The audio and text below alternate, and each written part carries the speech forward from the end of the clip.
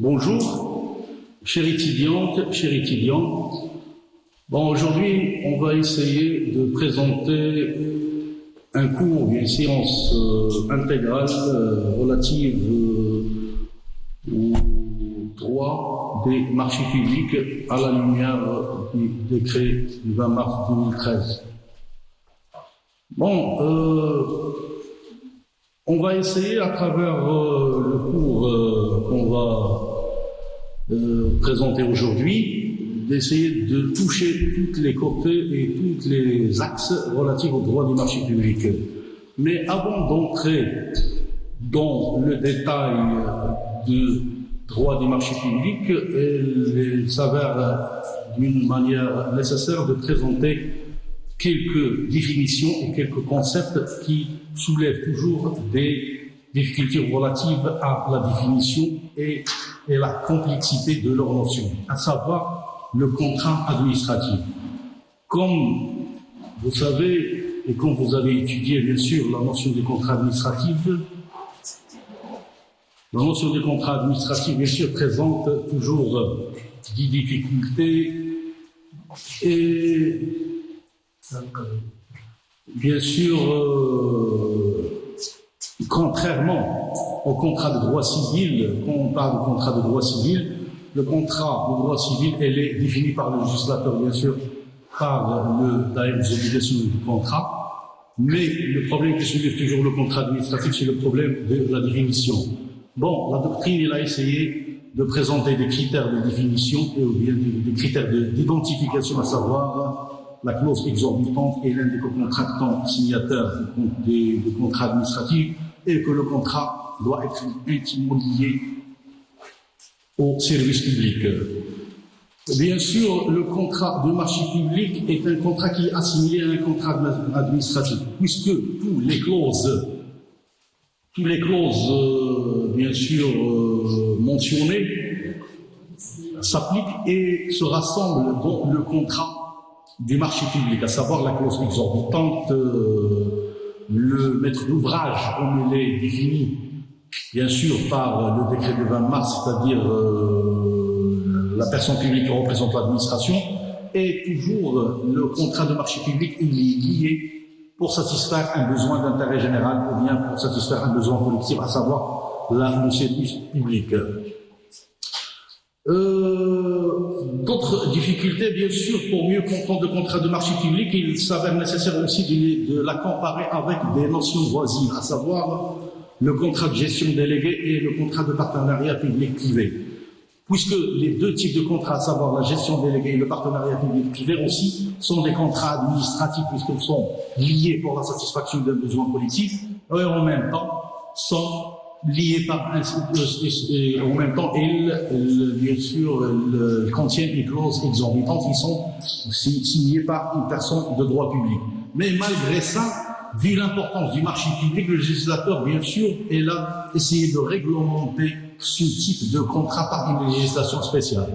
Bien sûr, c'est pour mieux comprendre aussi le cadre historique de la législation relative au marché public, bien sûr, le premier décret qui réglemente les marchés publics, bien sûr, c'était en 65, en passant par le décret de 76, en passant par le décret de 30 décembre 98, après le 5 février 2007 et après le 20 mars 2013. Bien sûr, c'est le récit chronologique ou bien le récit historique le récit historique qui a marqué la législation relative au marché public. Bien sûr, avant d'entrer dans l'explication d'un contrat de marché public, comme je viens de dire, il faut bien saisir la notion de contrat de marché public et la notion de service public. Ce sont deux notions qui sont intimement liées et qui relèvent toujours des difficultés de définition. C'est-à-dire, c'est très difficile de définir un contrat, est-ce qu'il y a un contrat administratif ou pas. Bien sûr, en cas de litige, on saisit le juge administratif qui joue toujours un rôle prépondérant dans l'accompagnement des notions de droit public. Et que vous savez que le droit public, que le droit administratif, c'est un droit jurisprudentiel. Et le juge administratif est là joué un rôle prépondérant dans la cristallisation de la substance du droit administratif ou bien de la règle juridique en droit administratif, vu son rôle créateur de la règle en droit administratif. La même chose pour les services publics. Le service public, il connaît une évolution. En commençant bien sûr par l'évolution historique depuis son apparition, c'est-à-dire après l'arrêt de Blanco et en passant par les arrêts et aussi la participation, sans oublier l'opposition doctrinale du point de vue historique qui était entre l'école de Bordeaux et l'école de Toulouse. Après, il y a la conciliation jurisprudentielle qui a été jouée à l'époque par le Conseil d'État. Le Conseil d'État, bien sûr, il a essayé d'accompagner la notion de service public. C'est-à-dire, il y a la notion classique. Après, il y a une évolution classique du service public, c'est-à-dire en passant parce que le service public, à son tour, il connaît une évolution parce qu'il est fondé sur la notion d'utilité publique. Et la notion d'utilité publique, c'est une notion qui est très difficile à utiliser. Bon, bref, les deux notions, le service public et les contrats administratifs, sont intimement liés, parce que le contrat, comme je viens de présenter la première définition, c'est très difficile de présenter une définition d'un contrat administratif, et c'est très difficile de présenter une définition, c'est-à-dire faire des services publics. Voilà les difficultés que présente, premièrement, la notion de contrat administratif et la notion de service public.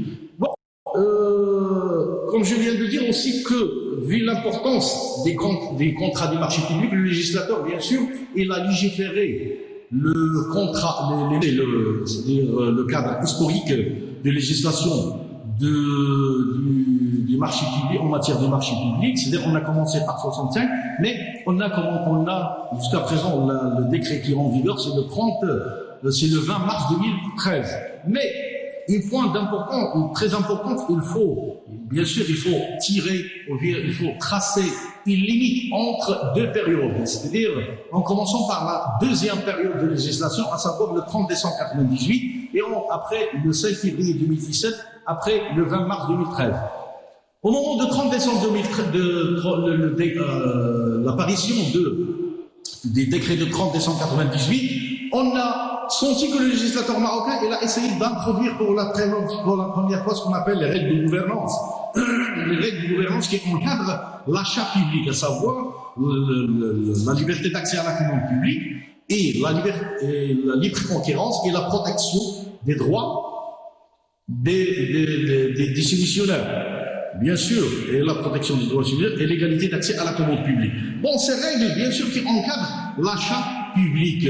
Bon, on va essayer, d'après ce qui suit, on va essayer dans quelle mesure le législateur ou bien les praticiens ou bien l'exécution des marchés publics, c'est-à-dire le maître d'ouvrage et les intervenants au niveau en matière de la commande publique essaient de respecter ces règles de gouvernance, à savoir la transparence et l'égalité d'accès à la commande publique et la concurrence et la protection des droits des soumissionnaires. Et aussi, il y a un autre élément qui vient de s'ajouter, c'est la protection, bien sûr, de l'environnement. Bien sûr, avant, ou bien après, bien sûr, d'entrer directement dans la notion des marchés publics, bien sûr, ces règles de gouvernance, il faut signaler que ces règles de gouvernance qu'on vient de citer, qui viennent de paraître la première fois en 98, connaît certaines limites dans leur application qu'on va voir. Mais ces règles qui étaient apportées pour la première fois par le décret de 30 décembre 98, elles étaient confirmées par le décret de 5 février 2007. Mais, de 5 février 2007 à 2013, il y a un événement qui vient, c'est, bien sûr, il y a au niveau législatif, le Maroc, il a connu une réforme législative, à savoir la Constitution de 2011. La Constitution de 2011, bien sûr, qu'on connaît tout le monde, bien sûr, il a apporté plusieurs principes et plusieurs droits, il a constitutionnalisé plusieurs droits, plusieurs principes, plusieurs libertés. Chose qui a donné, ou qui a fait obligation pour le législateur d'intervenir dans tous les domaines pour aligner et pour ajuster l'arsenal juridique à la Constitution de 2011. Chose qui a répercuté positivement et qui a donné naissance au décret de 20 mars 2013, qui a aligné plusieurs droits et plusieurs règles de gouvernance avec la Constitution 2011, comme on va voir. Bon, si c'est une introduction, bien sûr, elle était nécessaire pour mieux comprendre qu'est-ce qu'on entend par droit, par un marché public, et quelles sont les difficultés, où résident les difficultés de saisir d'abord, qu'est-ce qu'on entend par un marché public. Bien sûr, si on va se référer à la définition qui est présentée par le législateur, le marché public, c'est un contrat qui est conclu entre un maître d'ouvrage et un fournisseur, un prestataire de service pour exécuter ou bien, c'est-à-dire en fonction de la définition qui était présentée par le décret de 20 mars 2013. Aussi, le législateur, il a ajouté une autre définition dans l'article 13 de 20 mars 2013. Il a dit que le contrat de marché est un contrat écrit et que les cahiers de charges, c'est-à-dire manque son exécution. C'est-à-dire, il y a la conclusion, il y a l'exécution. Quand on parle des marchés, des cahiers de charges, par exemple, l'article 13, il a dit que les contrats du marché sont des contrats écrits et que les cahiers de charges. Ici, on doit diviser les cahiers de charges en deux types de cahiers de charges.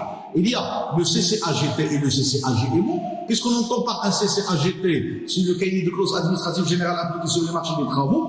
Et le CCAGMO, c'est le cahier des clauses administratives générales appliqué sur les marchés des études et la maîtrise des œuvres. Ces cahiers de charges, ils ont un aspect réglementaire parce qu'ils sont approuvés par un décret, alors ils ont la même force que le décret, ils sont appliqués comme la loi. Mais il y a d'autres types, bien sûr, des marchés, des cahiers de charges qui sont élaborés par le maître d'ouvrage. On va voir par exemple le CPS. Le CPS, c'est le cahier de prescription spéciale, et il est préparé par le maître d'ouvrage quand il, bien sûr, en cas de préparation c'est-à-dire de lancer un appel d'offres. Bien sûr, il y a des documents qui sont préparés par le maître d'ouvrage qu'on va le détailler après. Maintenant, on va essayer d'entrer directement sur la notion, sur la classification des marchés publics pour mieux comprendre et pour mieux décortiquer cette notion des marchés publics. Bon, on va présenter quelques critères de classification. On va présenter ces classifications pour saisir la notion des marchés. Alors, le premier critère, on peut classer les marchés publics d'après le premier critère. Alors, le premier critère, c'est quoi? C'est le mode de passation. Alors, c'est pas tous les marchés publics sont passés de la même mode. Alors, le premier mode qui est connu, on voit, il y a le respect total du principe de la gouvernance, à savoir l'appel d'offres ouvert. Qu'est-ce qu'on entend par un appel d'offres ouvert? Un appel d'offres ouvert, il est ouvert à tout concurrent qui remplit les conditions qui sont édictées et qui sont limitées par le maître d'ouvrage et par le législateur. Alors, l'appel d'offres ouvert, il est ouvert à tout concurrent, bien sûr, à condition de remplir les conditions qui sont déjà limitées et déjà édictées par le maître d'ouvrage. Quand on parle de maître d'ouvrage, le maître d'ouvrage, c'est-à-dire l'administration de la personne publique. C'est lui c'est pas le titulaire du marché, mais le maître d'ouvrage, c'est lui qui représente l'administration. C'est parmi les premiers contractants des marchés publics, et elle est nécessaire puisque on ne peut pas concevoir une personne de droit privé qui va signer un marché, à l'exception des personnes privées qui sont chargées de gestion des services publics. Ça, c'est un autre type de gestion qu'on va essayer de le traiter après. Alors, ici, l'appel d'offres ouvert, mais, comme je viens de dire, on voit qu'il y a le respect de tous les principes. La liberté d'accès à la commande publique. Tout le monde, il est libre, mais à condition. Il y a la concurrence. Il faut ouvrir la concurrence d'une manière, c'est-à-dire d'une manière intégrale. Parce que, comme on dit, la non-concurrence tue l'intelligence. Il y a aussi la transparence, c'est-à-dire que l'administration, elle est appelée à faire la publicité avec tous les moyens. C'est pas seulement les journaux. Il y a aujourd'hui le portail des marchés publics. Il y a les avis d'appel d'offres qui peuvent être mentionnés et qui peuvent être publiés par tout type de moyens de publicité. Il y a aussi la protection des droits des concurrents. Ces concurrents qui vont déposer leur candidature, jouissent d'une protection, mais c'est une protection juridictionnelle, bien sûr, par le juge administratif. Mais avant de saisir la juge administrative, il y a, comme on va voir dans le dernier chapitre, il y a le recours administratif, il y a les modes alternatifs de règlement de litige. Mais s'il n'y a pas, c'est-à-dire si les concurrents ne sont pas satisfaits, alors le juge administratif, étant que juge protecteur des droits et libertés, elle est interpellée toujours à intervenir pour, bien sûr, protéger ses droits et libertés. L'appel d'offres ouvert connaît certaines restrictions. Alors, quand on passe de l'appel d'offres ouvert, il y a l'appel d'offres avec présélection. Voilà. Maintenant, on voit qu'il y a certaines restrictions au principe de des règles gouvernantes. Mais ces restrictions sont obligées et sont imposées par la nécessité des besoins de l'administration. Parce que l'article 5 du décret du 20 mars 2013, qu'est-ce qu'il oblige? Il oblige les administrations à déterminer leurs besoins d'une manière préliminaire, que l'administration doit déterminer d'une manière précise ses besoins. Alors, il y a des besoins qui sont déterminés d'une manière, c'est-à-dire d'une manière préliminaire, mais si la nécessité des besoins oblige que c'est pas tous les concurrents, c'est pas tout le monde peut satisfaire ce besoin, alors l'administration a le droit de faire recours à l'appel d'offres avec présélection. Comment on passe l'appel d'offres avec présélection? C'est en deux étapes. Il y a la présélection qui va être effectuée par une commission de présélection. On va présélectionner premièrement, c'est-à-dire les concurrents qui vont déposer leur candidature. L'appel d'offres aussi, on voit un autre cas de figure, c'est l'appel d'offres restreint. Pourquoi elle est restreinte? Elle est restreinte c'est-à-dire à un type des entreprises qui sont spécialisées, qui sont appelées à satisfaire d'une manière précise le besoin de l'administration. Mais ces restrictions, bien sûr, sont imposées par le législateur, mais à condition que le montant global du marché ne dépasse pas 1 million de dirhams et que le maître d'ouvrage doit préparer un certificat administratif pour faire voir ou bien démontrer les besoins qui ont poussé l'administration à passer ce type de marché par voie d'appel d'offres restreint. Ça, c'est l'appel d'offres en général qui est divisé en appel d'offres avec présélection, appel d'offres restreint.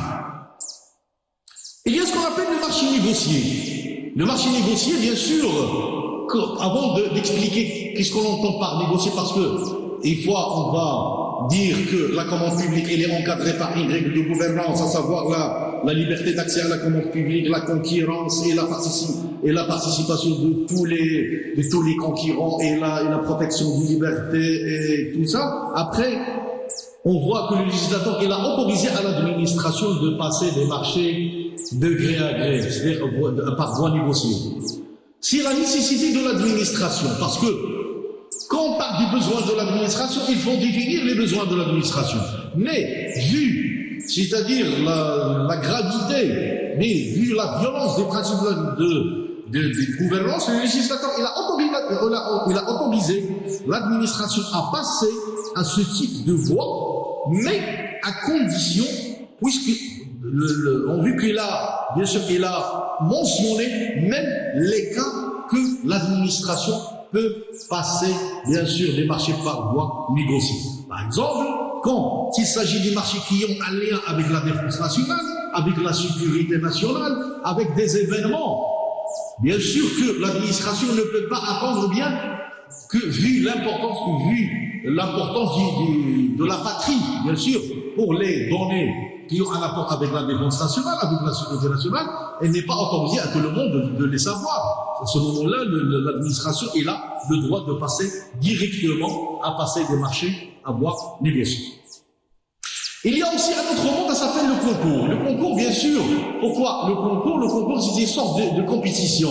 Alors, le concours, elle est utilisé comme mode de passation de la commande publique, toujours quand le besoin de l'administration, elle a toujours un aspect architectural, urbanistique, c'est-à-dire on prépare, c'est-à-dire on va organiser une sorte de compétition, une sorte de concours entre, par exemple, les architectes.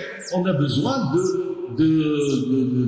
d'avoir une conception architecturale pour construire, bien sûr, une faculté ou bien une bibliothèque médiathèque.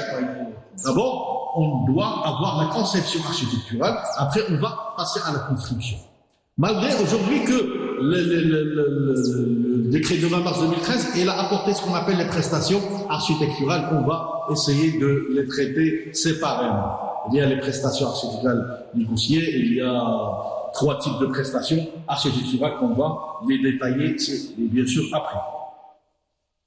Après, il y a la bande de commande. Bien sûr, la bande de commande, bien sûr, vu que l'administration,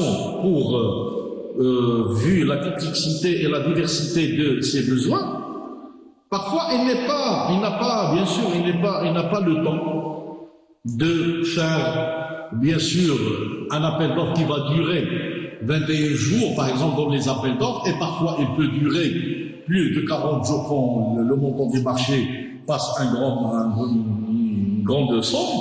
Alors, il est obligé, bien sûr, à passer des bons de commande, mais dans des conditions, bien sûr, qui sont très strictes. Bon, pour mieux comprendre la bande de commande, il faut aussi revenir un petit peu à l'histoire et poser la grande question, est-ce que la bande de commande est considérée comme un marché public ou pas?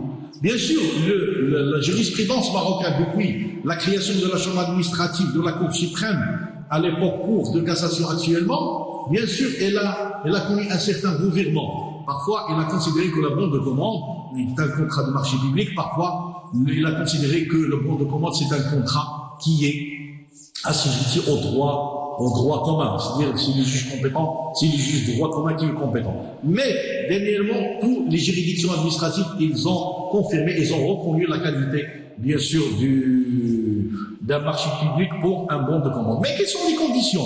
Bon, les conditions, bien sûr, on va essayer de les traiter, bien sûr. Au niveau du montant, il est, bon, pour 200 000 dirhams, qui peut être, bien sûr, relevé jusqu'à 500 000 dirhams, avec une autorisation de ministre compétent et de ministre de Finances. Et pour une année, et pour une seule prestation, et pour un seul sous-ordonnateur.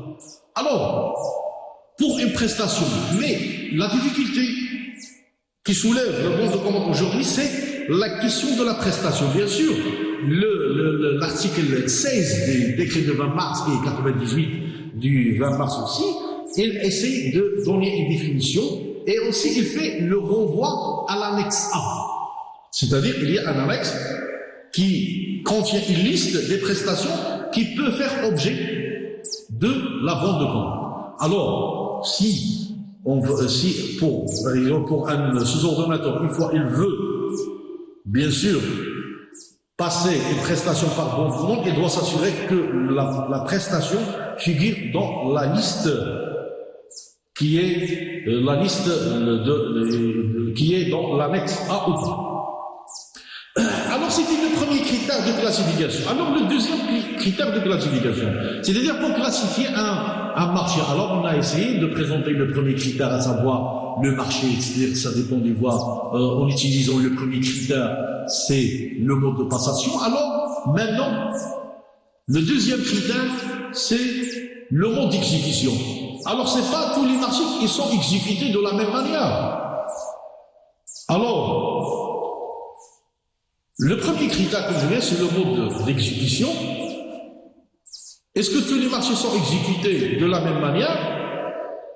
Parce que si on pose la question, on va commencer par l'article 5.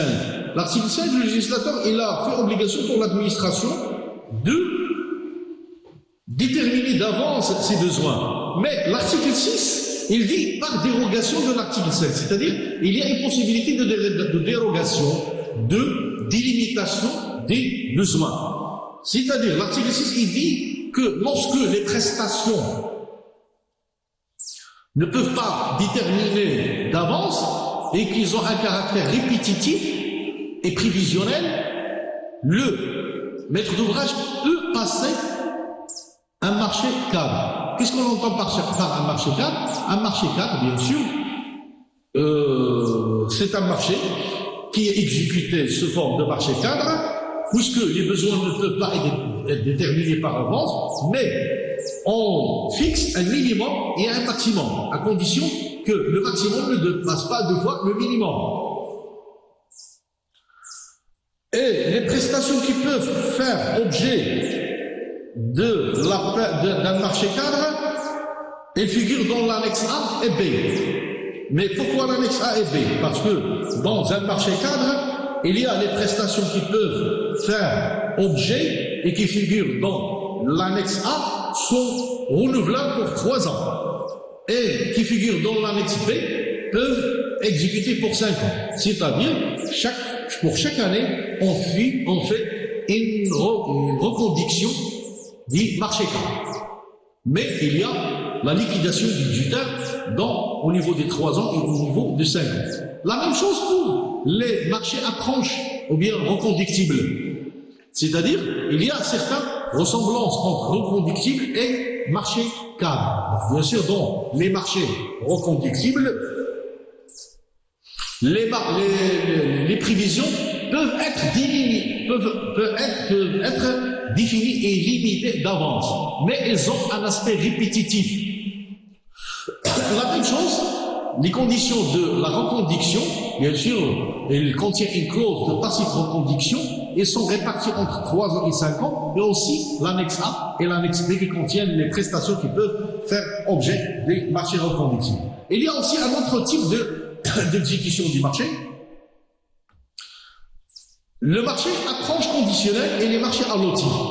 Alors, qu'est-ce qu'on entend par à tranche conditionnelle?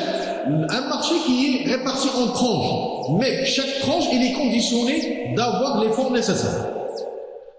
Un marché à lotis, il est en son tour, il est divisé en plusieurs lots, mais ces lots sont bien sûr répartis pour plusieurs entreprises. Ces 2 types de marchés à tranche conditionnelle et à lotis, elles étaient légiférées pour encourager le tissu économique et les petites et moyennes entreprises ici nationales. C'était le 2e critère. Alors, le 3e critère, les marchés publics sont classifiés selon le 3e critère, à savoir le prix.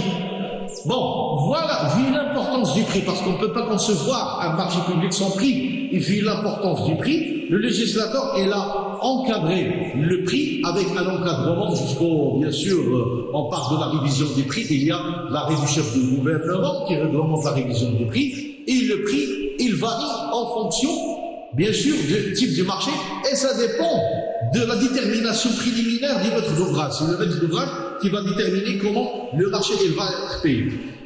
En se basant sur ce critère, on peut classifier les marchés selon un marché qui est passé avec un prix révisable, et un marché à prix global, et un marché à prix unitaire, et un marché à prix provisoire, et un marché à prix mixte. Par exemple, quand on va voir les documents qui doivent préparer le maître d'ouvrage, elle prépare quoi? Elle prépare un CPS et un règlement de la consultation. Il y a une déclaration sur l'honneur et un bordereau estimatif des prix. Et aussi, il doit mentionner dans le CPS comment le prix du marché doit être, bien sûr, ou bien comment le marché doit être payé. Est-ce qu'il va être payé avec une clause provisoire, avec un prix révisable, sachant que tous les marchés des travaux sont passés nécessairement par un prix révisable. Et les marchés des études, quand ils dépassent 4 mois, sont nécessairement passés par un prix révisable. Il y a aussi le prix unitaire. Est-ce que le marché va être payé par un prix unitaire? Il y a aussi le prix provisoire, surtout pour les marchés négociés. On va fixer un prix provisoire, donc avec le temps, on va fixer le prix. Après, il y a le dernier critère. Le dernier critère, c'est quoi?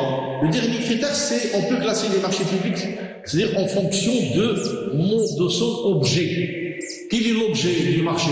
C'est-à-dire, il faut se référer toujours à la définition qui a présenté le législateur. Le contrat de marché est un contrat qui est passé par un maître d'ouvrage et un prestataire de service, un conseiller, c'est-à-dire l'objet du marché toujours la construction, les études, prestations de services, fourniture de services. C'est l'objet.